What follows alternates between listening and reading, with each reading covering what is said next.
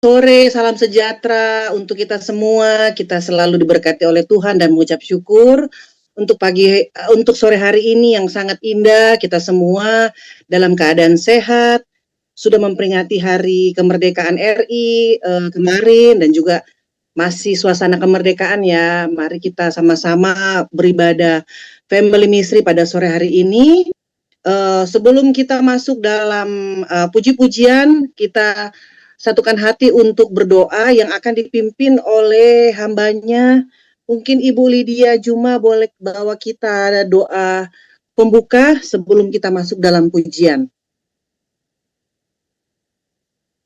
Ibu Lydia boleh doa pembuka untuk kita ibadah sore hari ini. Apakah bersedia?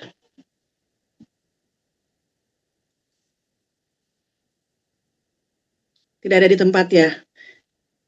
Oke, baik, saya aja yang berdoa. Mari kita satu di dalam doa. Bapak, kami mengucap syukur, berterima kasih Tuhan untuk sore hari ini Tuhan, di hari kemerdekaan Tuhan yang sudah kami peringati Tuhan ke-80. Terima kasih, biarlah kami selalu dimerdekakan, biarlah Indonesia tetap dikasihi oleh Tuhan, diberkati oleh Tuhan, dipulihkan Indonesia dengan lebih baik lagi oleh Engkau ya Bapak. Biarlah kami semua Tuhan, orang-orang percaya Tuhan, anak-anak-Mu Tuhan dapat dimerdekakan selalu ya Tuhan, dari hal apapun juga. Kami mau beribadah Tuhan pada sore hari ini. Biar Engkau memberkati kami semua yang hadir, diurapi dengan kuasa darah-Mu Yesus. Biar Engkau berada di tengah-tengah kami Tuhan, walaupun melalui online Zoom pada sore hari ini ya Bapak. Kiranya Engkau memberkati dari awal pertengahan hingga akhirnya. Engkau juga memberkati hamba-Mu Tuhan, Pak Setiadi yang akan memberitakan firman-Mu dan kami semua akan diberkati dan dikenyangkan oleh firman Tuhan. Terima kasih ya Tuhan, sambutlah doa ini dan sambutlah ibadah kami Tuhan pada sore hari. Terpujilah nama-Mu Tuhan. Amin. Mari Bapak Ibu, kita akan memuji Tuhan. Lagunya yang saya akan nyanyikan adalah Ku Masuki Gerbangnya Dengan Hati Bersyukur. Bentar ya.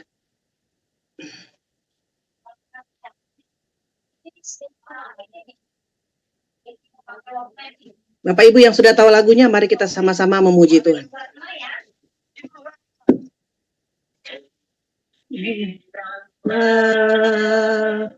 Oh giranglah Tuhan Yesus amat cinta pada saya. Oh giranglah, oh giranglah, oh giranglah, Tuhan Yesus amat cinta pada saya. Oh giranglah, memasuki gerbangnya dengan hati bersyukur, halamannya dengan pujian. Kataku hari ini harinya Tuhan, ku bersuka saatnya girangkanku. Di gerbangnya dengan hati bersyukur, lamanya dengan pujian. Kutaku hari ini harinya Tuhan, ku bersuka sebab Dia girangkanku. Dia girangkanku, oh Dia girangkanku. Ku bersuka sebab Dia girangkanku. Dia girangkanku, oh Dia girangkanku. Ku bersuka sebab Dia girangkanku. Masuki gerbangnya dengan hati bersyukur, pengamannya dengan pujian. Aku hari ini harinya Tuhan, ku bersuka sebab Dia girangkanku. Girangkanku, oh Dia girangkanku. Ku bersuka sebab Dia girangkanku. Oh, Dia girangkanku, oh Dia girangkanku. Ku bersuka sebab Dia girangkanku. Mari Bapak Ibu yang diberkati, kita sama-sama bernyanyi, bersuka cita. Karena hari ini adalah harinya Tuhan. Setiap hari, hari-harinya Tuhan. Dan kita harus selalu bersukaria, bergira memuji nama Tuhan. Haleluya. girangkanku, oh dia girangkanku. Ku bersuka sebab dia girangkanku, oh, oh. Dia girangkanku, oh dia girangkanku. Ku bersuka sebab dia girangkanku. Ku bersuka sebab dia girangkanku, oh. Dia girangkanku, oh dia girangkanku. Ku bersuka sebab dia girangkanku. Haleluya. Dia girangkanku, oh dia girangkanku. Ku bersuka sebab dia girangkanku, oh. Dia girangkanku, oh dia girangkanku. Ku bersuka sebab dia girangkanku. Ku bersuka sebab dia girangkanku. Ku bersuka sebab dia girangkanku. Haleluya, haleluya. Terima kasih Bapak Ibu.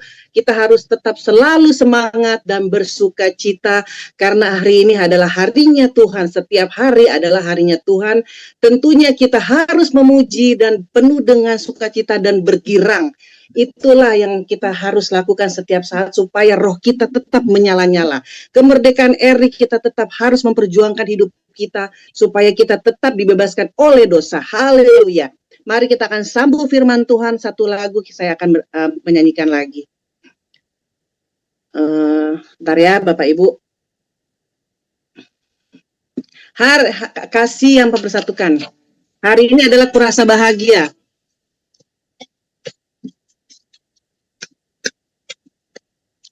Hari ini kurasa bahagia.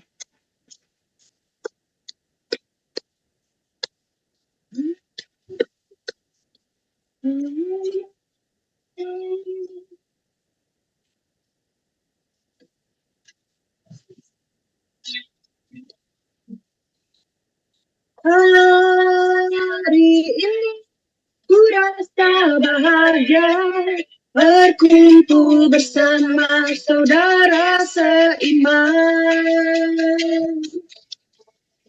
Tuhan Yesus bersatukan kita tanpa memandang di antara kita. Bergandengan tangan dalam kasih, dalam satu hati, berjalan dengan dalam kasih Tuhan. Saudaraku, saudaraku, tiada yang dapat memisahkan kita. Saudaraku, saudaraku, tiada yang dapat memisahkan kita.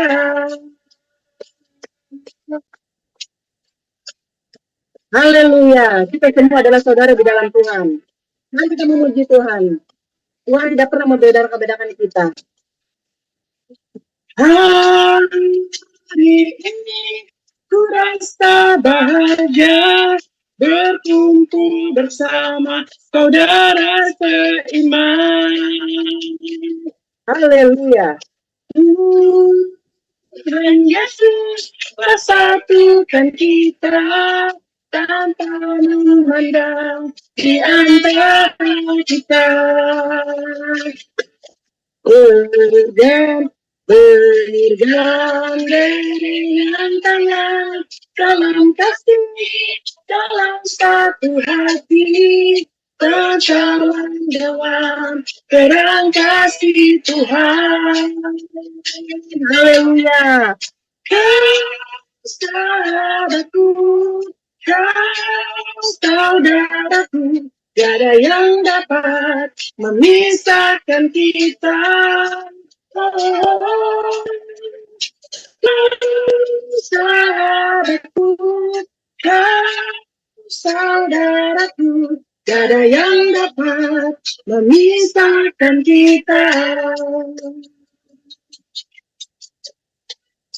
Haleluya. Mari Bapak Ibu kita Kita semua adalah saudara seiman, tanpa membeda-bedakan agama, tanpa membeda-bedakan suku, tanpa membeda-bedakan ras apapun juga. Kita adalah sahabat dan saudara di dalam ini.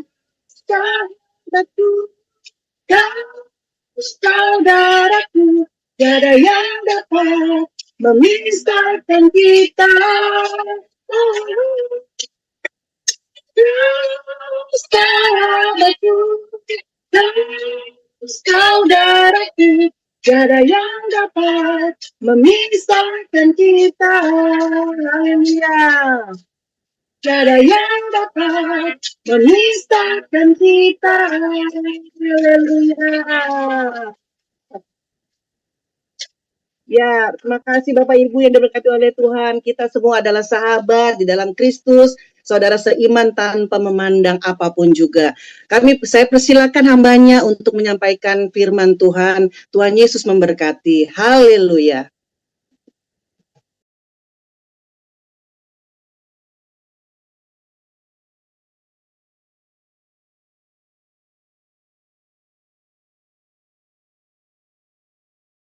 Baik, terima kasih semua yang sudah hadir. Kita bersama-sama berdoa untuk firman Tuhan. Bapa di dalam surga, di petang hari ini Tuhan, kami hampiri Engkau. Kami telah siap, kami telah memuji Engkau, kami telah mengagungkan Engkau lewat pujian nyanyian kami Tuhan.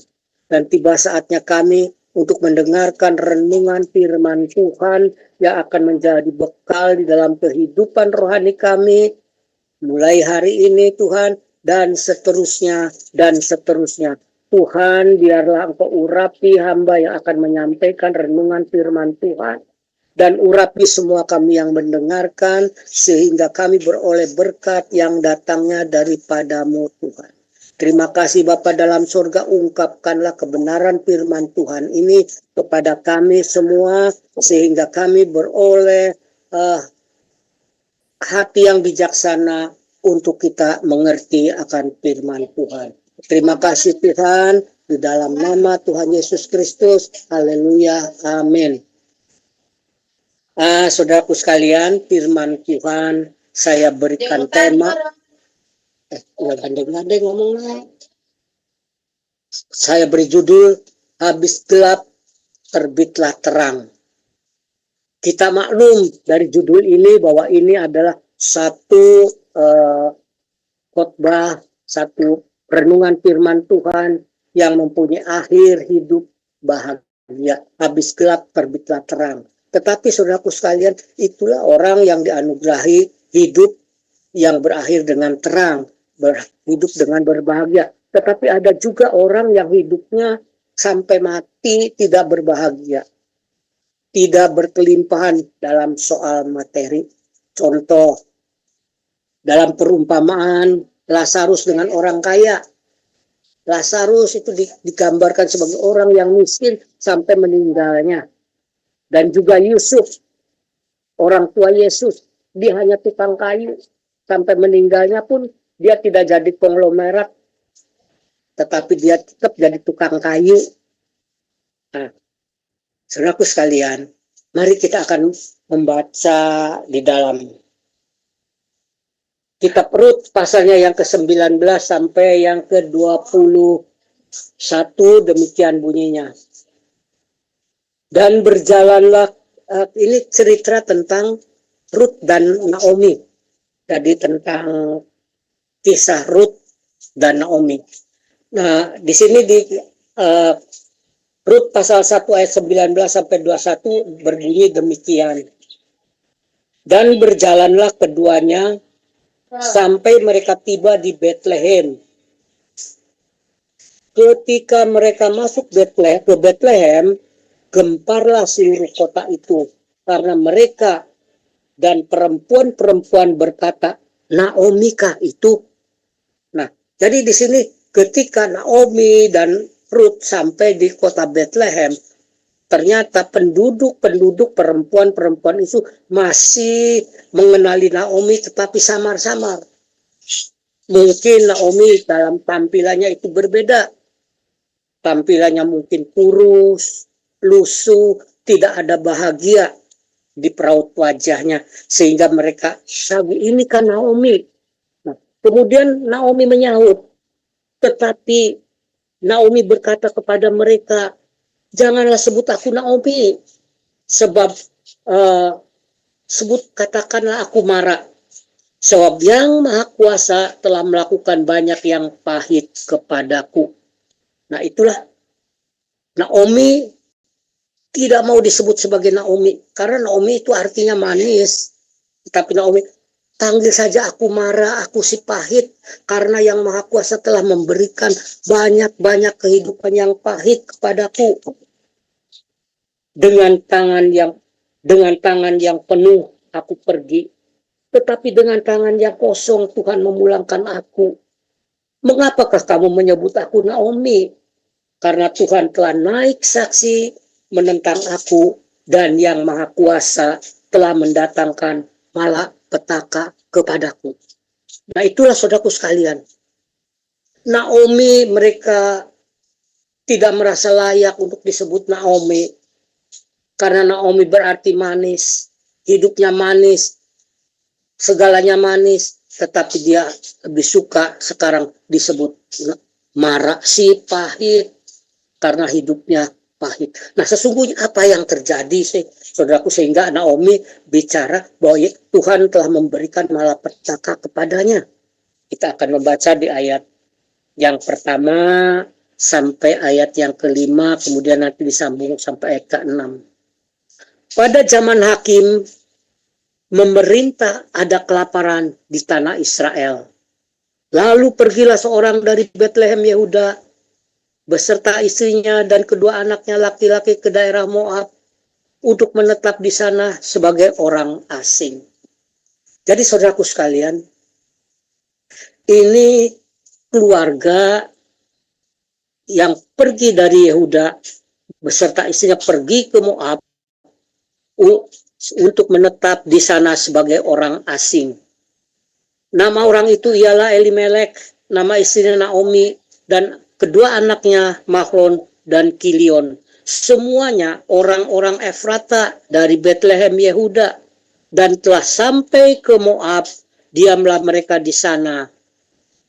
Nah, jadi kita tahu di Israel itu sedang terjadi bala kelaparan karena tidak turun-turun hujan, sehingga mereka gagal panen. Sehingga apa langkah yang diambil oleh Elimelek itu adalah satu langkah yang tepat, di mana dia untuk menyelamatkan keluarganya dari kelaparan, dia harus meninggalkan Yerusalem, dia harus pergi mencari ke tempat yang menjanjikan, yaitu di daerah Moab. Nah, saudaraku sekalian, itu adalah satu strategi yang tepat, satu siasat yang pas, karena mereka untuk supaya bisa bercocok tanam di sana, bisa menghasilkan pangan dan untuk menghidupi keluarganya. Mereka pergi ke Moab. Padahal Tuhan bicara, jangan kamu meninggalkan Bethlehem, jangan kamu meninggalkan tanah Israel, karena itu adalah tanah perjanjian. Tetapi mereka, karena ada kelaparan, mereka pergi ke Moab. Nah, apa yang terjadi kemudian, saudaraku? Kemudian matilah Elimelek suami Naomi, sehingga perempuan itu tinggal dengan kedua anaknya. Kedua anaknya mengambil perempuan Moab, dan yang pertama bernama Orpa, yang kedua bernama Ruth, dan mereka diam di situ kira-kira 10 tahun lamanya. Lalu matilah juga keduanya, yakni Mahlon dan Kilion, sehingga perempuan itu kehilangan kedua anaknya dan suaminya. Jadi saudaraku sekalian, maksud Elimelek, maksud Naomi pergi dari Betlehem ke Moab adalah untuk mencari rezeki. Mujur tidak dapat dikejar, malang tidak dapat dihalang. Itulah yang terjadi. Mereka bermaksud untuk mencari sesuatu, untuk mencari penghidupan di sana, untuk bercocok tanam. tetapi mereka mengejar kemujuran, tetapi malang tidak dapat dihalang. Elimelek suaminya meninggal dan kedua anaknya pun meninggal. Nah, kemudian saudaraku sekalian, satu ketika mereka mendengar, kemudian mereka mendengar bahwa di Israel sekarang sudah bisa menghasilkan pangan, sudah bisa bercocok tanam. Kemudian di sini dikatakan di ayat 6, kemudian berkemaslah ia dengan kedua menantunya, dan ia pulang dari daerah Moab. Sebab di daerah Moab ia mendengar bahwa Tuhan telah memperhatikan umatnya dan memberikan makanan kepada mereka. Jadi musim kekeringan itu telah berlalu dan mereka bisa bercocok tanam. Tetapi apa daya, saudaraku, Naomi sudah meninggalkan tanah kelahirannya dan tanahnya sudah dijual, tanahnya sudah mereka pergi ke Moab dan mereka pulang dengan tangan hampa. Aku pergi dengan tangan penuh, tetapi Tuhan memulakan aku dengan tangan kosong. Nah, saudaraku sekalian, jadi demikianlah keadaan Naomi. Dia pulang dengan keadaan kosong, sehingga ketika penduduk-penduduk perempuan-perempuan Yerusalem atau perempuan-perempuan di Israel, di Efrata, di tanah kelahirannya, Efrata itu adalah satu tempat, satu desa, di mana desa itu ada termasuk wilayah Yehuda di Bethlehem. Efrata, kotanya itu Bethlehem, desanya itu Efrata, itu daerah pertanian, saudara. Nah, saudaraku sekalian, di mana di daerah itu juga Nabi Mika pernah menubuatkan bahwa Kristus akan lahir di daerah Efrata. Disitulah, karena disitulah tempat leluhur daripada Yesus Kristus. Nah, saudaraku sekalian, kita akan melanjutkan cerita ini ketika mereka, saudaraku sekalian, pergi dan berangkat pergi kembali ke daerah kelahirannya, yaitu di Bethlehem Efrata. Maka berangkatlah ia dari tempat tinggalnya itu, yaitu dari Moab, bersama dengan kedua menantunya. Ketika mereka sedang di jalan untuk pulang ke tanah Yehuda, berkatalah Naomi kepada kedua menantunya itu. Jadi saudaraku, Naomi ketika di perjalanan dia berubah pikiran. Dia memikirkan nasib kedepannya, nasib kedua menantunya. Naomi tidak hanya mementingkan dirinya sendiri, tetapi dia memikirkan juga nasib ke depan anak menantunya itu, karena masih mempunyai masa depan, karena mereka masih muda. Nah, berkatalah Naomi kepada kedua menantunya itu, pergilah, pulanglah masing-masing ke rumah ibunya. Tuhan kiranya menunjukkan kasihnya kepadamu seperti yang kamu tunjukkan kepada orang-orang yang telah mati itu dan kepadaku. Maksudnya orang-orang yang telah mati itu kepada suaminya dan kepada Naomi. Jadi kedua menantunya itu menunjukkan belas kasihan kepada Naomi dan kepada Orpa dan Ruth, menunjukkan belas kasihan kepada Naomi. Nah,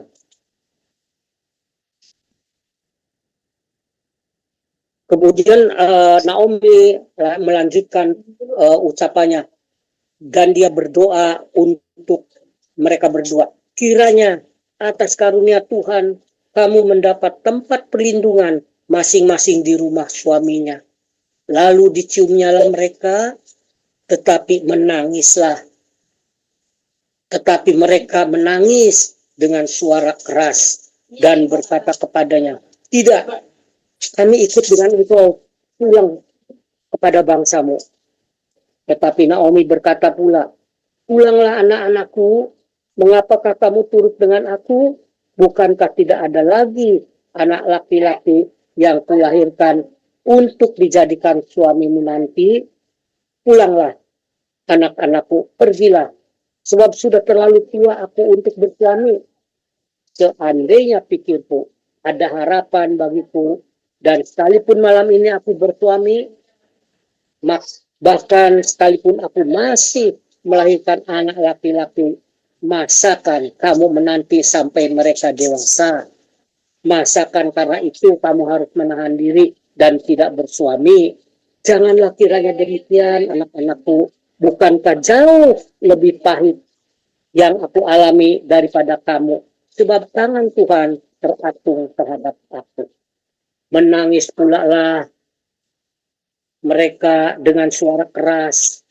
Lalu Orpa mencium mertuanya itu minta diri. Nah, jadi saudaraku sekalian, Orpa mengikuti, menuruti anjuran atau nasihat daripada Naomi, mertuanya. Karena apa yang dikatakan Naomi itu sangat masuk akal. Karena mereka masih muda, mereka masih mempunyai harapan untuk bersuami. Maka Orpa pulang ke rumah ibunya. Tetapi ayat 14 berikutnya, tetapi Ruth tetap berkeras, berpaut kepadanya. Berkatalah Naomi, telah pulang iparmu kepada bangsanya dan kepada para allahnya. Pulanglah mengikuti iparmu itu. Tetapi kata Ruth, jangan desak aku meninggalkan engkau pulang dengan tidak mengikuti engkau. Sebab kemana engkau pergi, ke situ jugalah aku pergi. Dan di mana engkau bermalam, di situ jugalah aku bermalam. Bangsamu telah bangsaku dan Allahmu telah Allahku. Jadi saudaraku sekalian, ketika mereka pulang dan tiba di tempat kelahirannya, orang-orang perempuan berkata, Naomi kah itu? Maka Naomi berkata, jangan kamu sebut aku Naomi, sebut aku Mara, sebab Tuhan telah mendatangkan hal-hal yang pahit, banyak yang pahit kepadaku. Aku pergi dengan tangan penuh dan memulangkan aku dengan tangan kosong, karena tangan yang maha kuasa menentang aku, dan Allah yang maha kuasa telah banyak mendatangkan malapetaka kepadaku. Nah, saudaraku sekalian, di sini dikatakan bahwa Ruth, tetapi Ruth berpaut kepadanya, berkatalah Naomi, telah pulang iparmu kepada bangsanya dan kepada para allahnya, pulanglah mengikuti iparmu itu. Tetapi kata Ruth, jangan desak aku meninggalkan engkau dan pulang dengan tidak mengikuti engkau. Sebab kemana engkau pergi, ke situ juga aku pergi. Dan di mana engkau bermalam, di situ jugalah aku bermalam. Bangsa mula bangsaku dan Allah mula Allahku. Di mana engkau mati, aku pun mati di sana. Dan di sanalah aku dikubur. Beginilah kiranya Tuhan menghukum aku. Bahkan lebih daripada itu, jikalau sesuatu apapun memisahkan aku dari engkau selain daripada maut. Nah, jadi itulah pernyataan dari Ruth. Jadi Ruth meninggalkan bangsanya dan bersedia mengikuti Allah Israel, meninggalkan para allahnya. Karena apa? Motivasinya demi jangan berpisah dari Naomi mertuanya. Nah, memang banyak sekali orang-orang yang merasa bahwa Ruth itu imannya luar biasa, dia sampai meninggalkan Allahnya. Padahal saudaraku, dengan jelas di sini dikatakan motivasi daripada Ruth meninggalkan Allahnya dan mengikut Allah Israel karena motivasi tidak mau berpisah dari Naomi. Karena dia ingin selalu meladeni Naomi, ingin selalu mengabdi kepada Naomi mertuanya itu. Nah, ketika Naomi melihat bahwa Ruth berkeras untuk ikut bersama-sama dengan dia, berhentilah ia berkata-kata kepadanya. Nah, setelah mereka sampai di sana, demikianlah Naomi bersama-sama dengan Ruth, perempuan Moab itu, menantunya, yang turut pulang dari daerah Moab, dan sampailah mereka ke Bethlehem pada permulaan musim menuai jalan. Nah, jadi itu saudaraku sekalian, bahwa Ruth meninggalkan bangsanya dan mengikuti Allah Israel karena motivasi ingin supaya jangan berpisah dengan mertuanya. Jadi awalnya bukan karena dia beriman kepada Allah Israel. Jelas itu yang tersurat di dalam Alkitab. Nah, selanjutnya saudaraku sekalian, karena di sana sedang musim menuai jelai. Kemudian si Ruth itu berpamitan kepada mertuanya, minta izin, dia ingin mengutil daripada panen jelai. Karena biasanya saudaraku, orang-orang Yahudi itu mempunyai hukum, mempunyai ketentuan bahwa panen orang-orang Yahudi tidak boleh sampai ke tepi-tepinya. Itu adalah diperuntukkan bagi orang yang miskin, bagi orang yang pengutil. Juga orang-orang pengutil berhak memungut apa yang tercecer dari yang dibawa oleh para pekerja di ladang. Nah, setelah si Ruth itu minta izin kepada Naomi, Naomi mengizinkannya dan Ruth bekerja sebagai pengutil di ladang. Nah, saudaraku sekalian, apa yang dilakukan oleh Ruth itu menarik perhatian sehingga Boas yang datang dari Bethlehem menengok ladangnya di Efrata, dia melihat tentang kerajinan daripada Ruth, sehingga dia bertanya, siapakah dia itu? Maka mandurnya menceritakan bahwa dialah Ruth, menantu Naomi yang baru pulang dari Moab. Nah, saudaraku sekalian, si Boas ini, dia itu tahu, dia itu sadar, dia itu mengerti bahwa ternyata Ruth itu adalah masih kerabatnya, masih termasuk saudaranya. Tetapi dia merahasiakan. Dia tidak mengaku, tidak mau berterus terang kepada Ruth bahwa dia masih saudaranya. Ketika itu si Boas memperlakukan Ruth dengan istimewa, dikasih makan, bahkan makannya sampai berlebih. Bahkan ketika pulang pun dia disangoni lagi dengan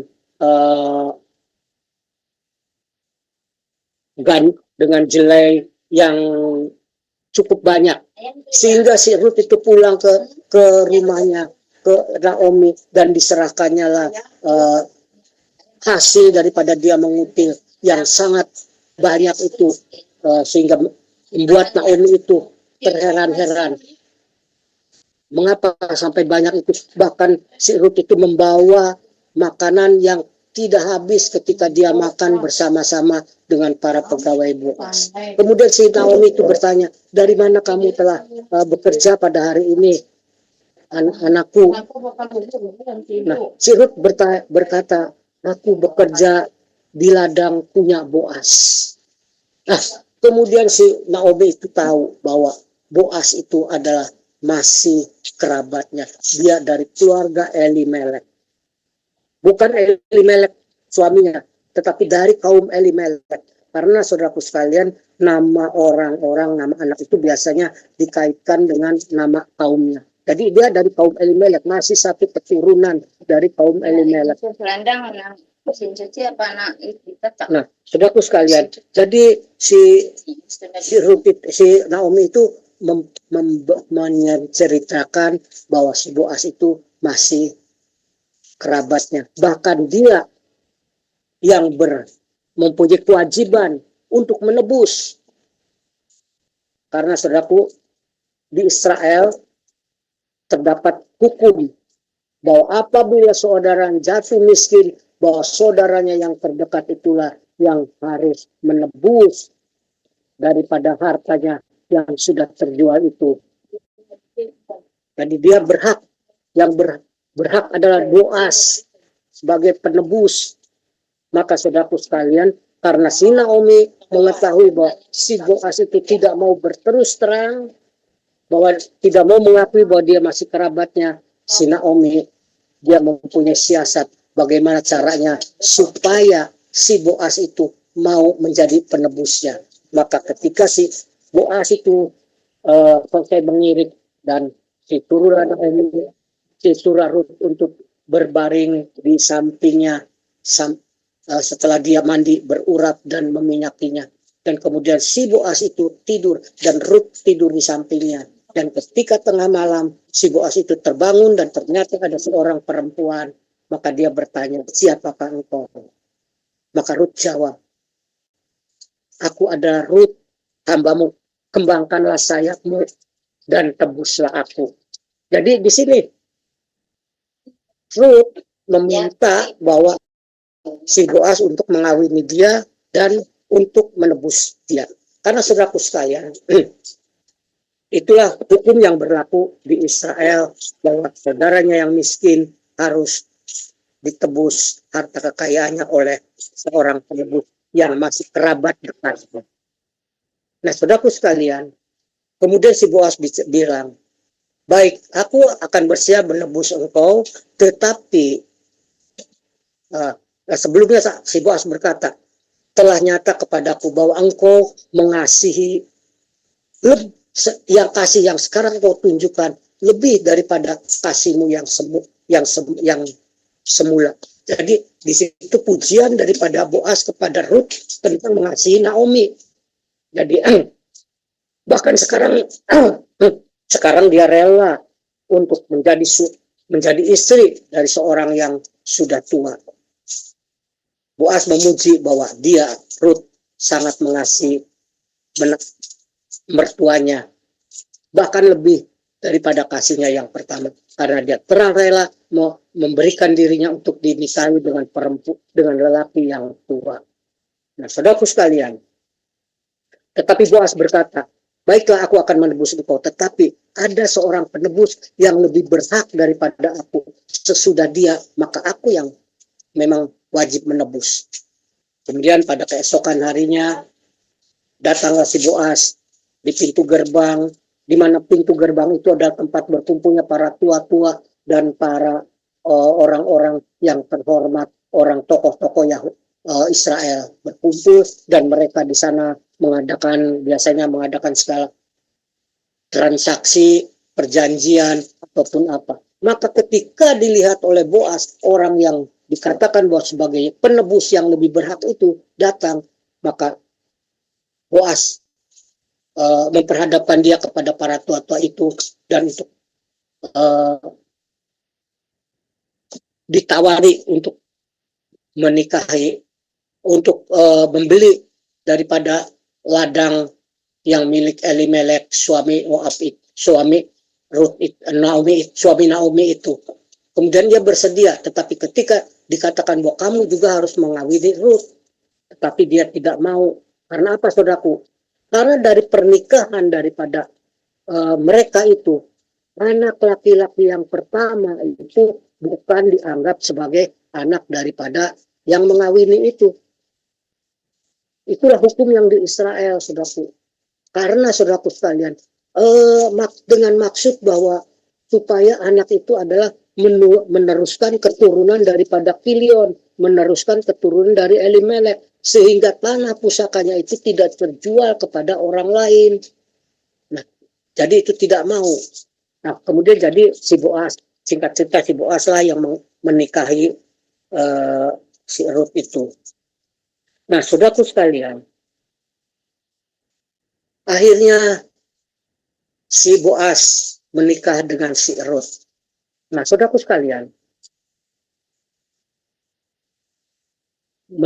menikah dengan si Ruth, nah bukan karena si Ruth itu cantik, bukan karena tertarik oleh parasnya, tetapi karena kewajiban menurut hukum bahwa dia harus menjadi penebus dan harus melahirkan anak yang dilahirkannya adalah untuk mewarisi tanah pusaka daripada Elimelek.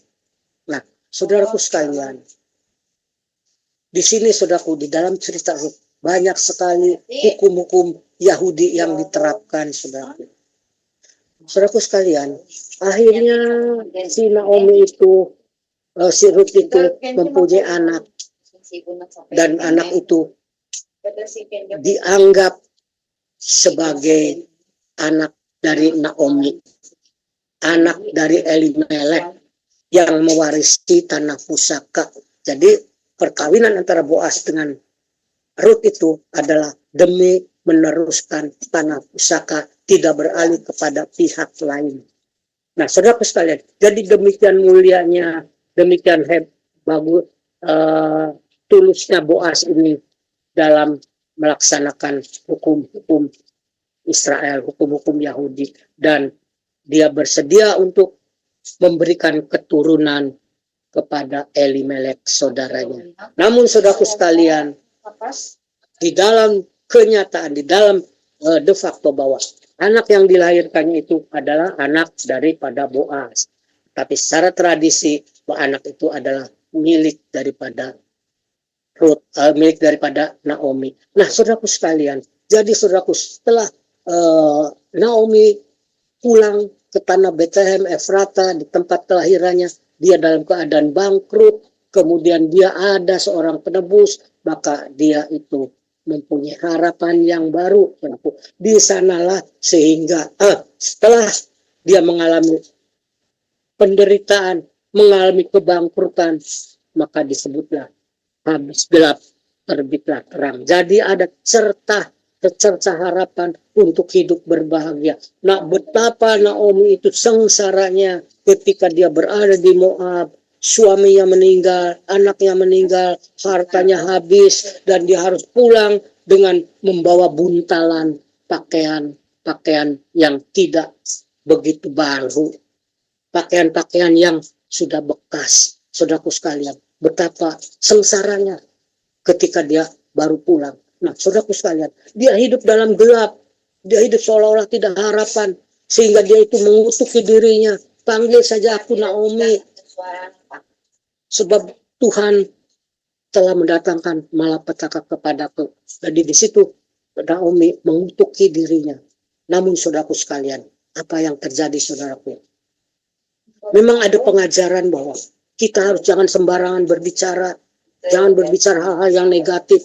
Tetapi Naomi, dia berbicara hal-hal yang negatif. Tetapi yang terjadi justru dia mendapatkan kebahagiaan di akhir hidupnya. Jadi habis gelap, terbitlah terang. Dia tadinya pergi ke Moab, mengejar keberuntungan, mengejar kebujuran, tetapi dia saudaraku, nasib malang menghadang dia, sehingga dia hidup dalam kesengsaraan. Tetapi beruntung saudaraku, dia bisa kembali memiliki tanah pusaka yang telah dijualnya. Nah, saudaraku sekalian, itulah saudaraku kehidupan dari Naomi yang tadinya dari gelap kemudian terbitlah terang. Saudaraku. Dari perkawinan itulah saudaraku lahirlah Obed. Dari Obed lahirlah Isai. Dari Isai lahirlah Daud. Dari Daud lahirlah Kristus. Nah, saudaraku sekalian, itulah cara-cara unik yang dimana Tuhan memanggil Ruth orang Moab itu untuk menjadi umat Israel dan menjadi cikal bakal nenek moyang daripada Yesus Kristus. Saudaraku sekalian, ini cerita adalah tentang bagaimana orang Moab itu adalah orang asing yang mendapat kasih karunia Tuhan, mendapatkan kesempatan untuk menjadi umat Tuhan. Itu berbicara tentang kita, saudaraku. Kita ini, saudaraku, adalah orang-orang asing. Kita ini ada diwakili oleh Ruth, orang Moab. Orang Moab itu, saudaraku sekalian, sesungguhnya adalah mereka sudah dikutuk oleh Tuhan. Kita akan baca di dalam Ulangan pasal 23 ayatnya yang ke-3. Seorang Amon atau orang Moab janganlah masuk jemaat Tuhan. Bahkan keturunnya yang ke-10 pun tidak boleh masuk jemaat Tuhan sampai selama-lamanya. Jadi saudaraku sekalian, jadi itulah cara Tuhan. Istilah selama-lamanya di sini bukan berarti kekal, karena banyak istilah selama-lamanya tidak menunjukkan kepada ketentuan yang kekal. Seperti ketetapan sunat pun itu berlaku selama-lamanya, tapi itu pun bisa tidak berlaku kekal, dibatalkan oleh Tuhan Yesus. Nah, saudaraku sekalian, di sini pun saudaraku, bahwa orang Moab itu sudah dikutuk oleh Tuhan untuk tidak boleh masuk jemaat Tuhan. Nah, di sini saudaraku, jadi ada maksud Tuhan dalam cerita ini, bahwa Tuhan memanggil orang yang sudah tidak berkenan kepada Dia, yaitu juga kita yang diwakili oleh Ruth adalah orang-orang yang sudah ditolak oleh Tuhan, tetapi oleh kasih karunia Tuhan kita bisa diselamatkan. Jadi itulah inti daripada cerita Rut.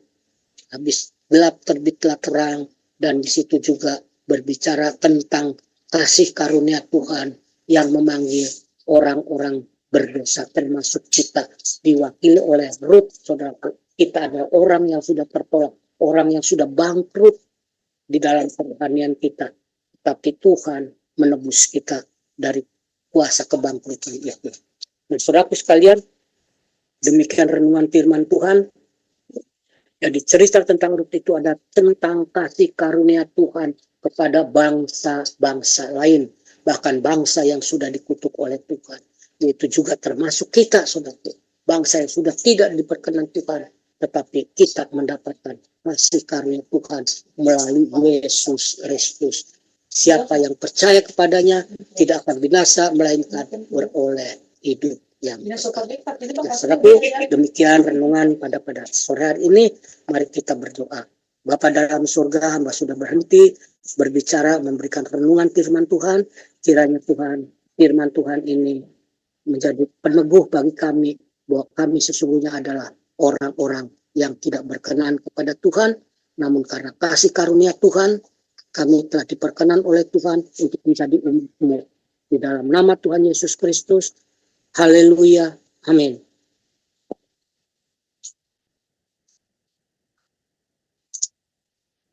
Saya kembalikan kepada host atau pada Bapak Komingguan, Bapak Pendeta Komingguan. Oh,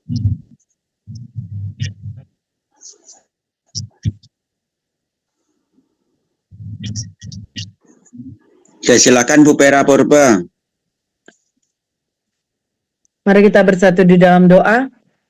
Allah Bapa yang Maha Baik, terima kasih Tuhan pada kesempatan sore malam hari ini. Kembali kami bersyukur kepadamu Tuhan sepanjang hari di dalam setiap aktivitas kehidupan kami. Mulai dari kami bangun tidur, kami melakukan setiap aktivitas kami sampai pada saat ini. Tuhan masih setia menemani kami, memberikan kami kesehatan, kekuatan yang daripadamu. Terima kasih Bapa buat kebenaran firman Tuhan yang sudah disampaikan oleh hamba-Mu. Biarlah Tuhan apa yang disampaikan kami dapat mengerti, kami dapat memahaminya, dan kami dimampukan Tuhan untuk kami dapat melakukan setiap kehendak Tuhan melalui kebenaran firman Tuhan yang disampaikan. Berkati Pak Setiaji yang sudah menyampaikan kebenaran firman Tuhan. Tuhan terus pelihara, berikan kesehatan, panjang umur, sukacita, damai yang daripadamu Tuhan. Biarlah Tuhan Yesus melalui kehidupannya, nama Tuhan selalu dimuliakan dan banyak jiwa lagi Tuhan dibawa di hadapan-Mu. Terima kasih Bapa, pada kesempatan ini kami mau membawa pokok doa kami kepadamu Tuhan. Kami berdoa buat ibadah family ministry yang dilakukan setiap sore, setiap hari, dari hari Senin sampai biarlah Tuhan Engkau yang memberkati Zoom Family Ministry ini, berkati setiap pengurus yang ambil bagian di dalam mengurus Zoom ini Tuhan. Berkati juga Tuhan Yesus buat Gembala Bapak Kominggon dan Wakil Gembala Bapak Lohendra Winata. Tuhan terus pakai mereka sebagai gembala dan wakil. Biarlah Tuhan Yesus melalui family ministry ini Tuhan, nama Tuhan semakin dibawa dan semakin banyak orang-orang yang mengenal Engkau Tuhan. Terima kasih Bapa. Kami juga berdoa buat kepengurusan yang lainnya, baik itu sebagai sekretaris, baik itu sebagai bendahara, apapun di dalam kepengurusan family ministry ini kami serahkan di dalam tangan-Mu Tuhan. Engkau yang memberikan hikmat, kebijaksanaan kepada setiap kepengurusan yang ada dalam family ministry ini. Terima kasih Bapak, terima kasih. Kami bersyukur juga Tuhan Yesus setiap hamba-hamba-Mu yang turut campur tangan dan ambil bagian di dalam pelayanan di dalam family ministry, baik itu hambamu yang menjadi worship leader dan pendoa syafaat. Biarlah Tuhan Engkau selalu yang mempersiapkan setiap kami Tuhan dalam ambil bagian dalam pelayanan ini. Terima kasih Bapa, kami berdoa Tuhan buat semua partisipan yang sudah hadir pada sore malam hari ini. Tuhan juga turut campur tangan di dalam kehidupan kami, dalam setiap partisipan. Apapun menjadi pergumulan, pokok doa kami mau serahkan ke dalam tangan-Mu. Tuhan lebih mengetahui dan Tuhan tahu apa menjadi kebutuhan dan keperluan kami Tuhan. Biarlah Tuhan setiap pekerjaan kami mengerjakan seperti kami mengerjakannya untuk kemuliaan nama-Mu. Dan setiap usaha yang kami lakukan Tuhan, kami melihat Tuhan melimpah di dalam setiap pekerjaan usaha kami. Ajar kami Tuhan untuk selalu bersyukur dalam segala hal. Terima kasih Bapak, terima kasih Tuhan. Kami berdoa buat bangsa negara kami. Kami bersyukur buat 80 tahun kemerdekaan bangsa Indonesia kami Tuhan.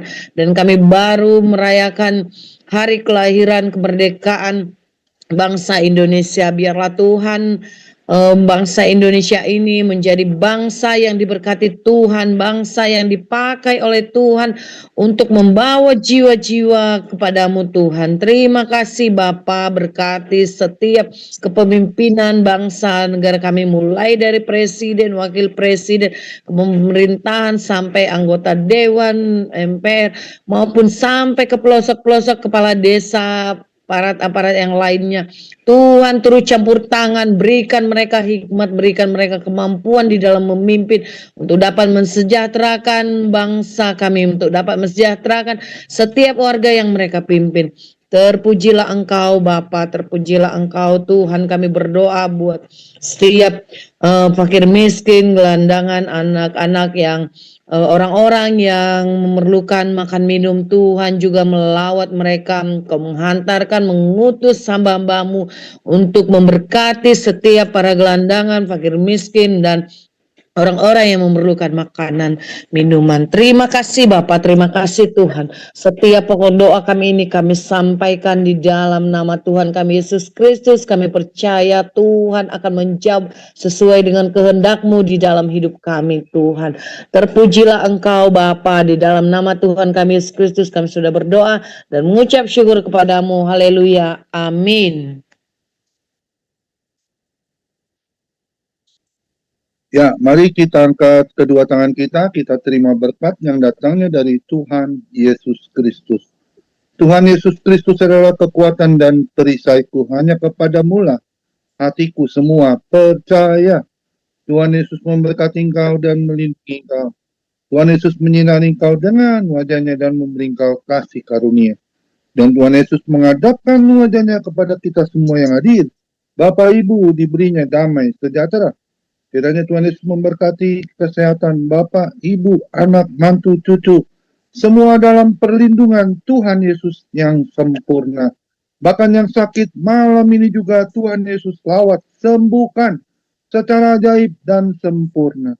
Dan juga kiranya Tuhan Yesus memberkati Bapak, Ibu, anak, mantu. Apapun yang dilakukan tangan kami khususnya di dalam bekerja, selalu dibuatnya berhasil dan beruntung di dalam nama Tuhan Yesus Kristus. Dan juga kiranya Tuhan Yesus memberkati Bapak, Ibu, anak, mantu di dalam melayani Tuhan, menjadi dupa yang harum di hadapan Tuhan. Perkenanan Tuhan Yesus selalu ada. Hati Tuhan Yesus disenangkan oleh pelayanan Bapak Ibu. Nama Tuhan Yesus ditinggikan, dipermuliakan, dan diagungkan. Sampai Tuhan Yesus datang di awan-awan yang bermain, menjemput kita orang-orang yang saleh, yang sudah diberkati. Sama-sama kita setuju katakan, amin. Tuhan Yesus memberkati kita semua.